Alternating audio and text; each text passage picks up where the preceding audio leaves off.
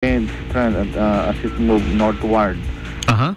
Its center was estimated based on available data at 595 kilometers east-northeast of Itbayat, Batanes, with maximum winds of 95 kilometers per hour near the center.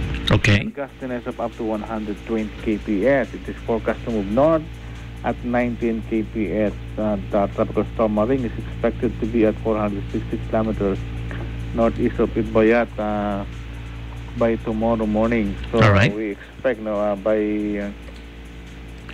Thursday morning, we expect that the tropical storm Maring will be outside the Philippine area of responsibility. By Thursday pa, sir?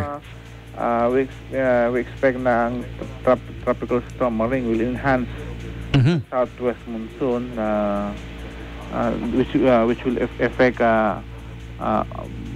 the whole of Luzon and Visayas. Ito po ang nagbibigay ng mga pag-uulan sa atin.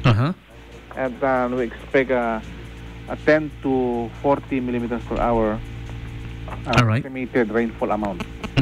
And again, sir, uulitin ko lang yung sinabi nyo kanina. We can expect Maring to stay with us up till Thursday pa, no? Yeah, by Thursday morning po, in-expect natin na nasa outside the Philippine area of responsibility na po siya. Okay. So although for now, since ini-enhance po niya yung southwest monsoon, ito ang nagbibigay ng mga pag-uulan sa atin, specifically dito sa buong Luzon ito, no? Yes. Parts of Visayas. Okay, so we advise ang mga taga-Olongapo City na mag-ingat pa rin.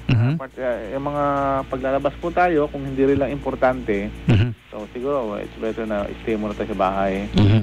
Then mga fishermen natin, hindi po advisable na magpunta, no, sa dagat kasi there are possibilities of big waves, especially pag nag-blow yung hanging habagat na may kasamang gusty winds and heavy rains.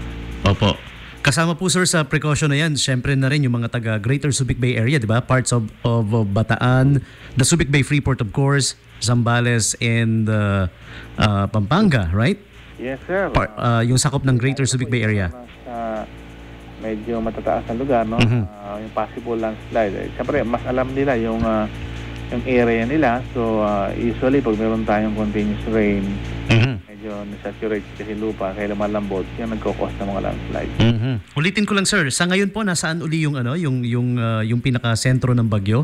Typhoon Maring? Ang pinaka-sentro ng bagyo ngayon, 595 kilometers east-northeast of Itbayat, Batanes. So, malayo po siya sa atin. Kaya lang yung circulation kasi niya, medyo malaki. So, yung pag-ikot niya, simultaneously, hinihigop niya yung hangin habagat. Kaya nagdadala ng pag-ulan. Ito ang weather na medyo maulan. Ayan. Okay. Wow. Maraming salamat, Sir Lito.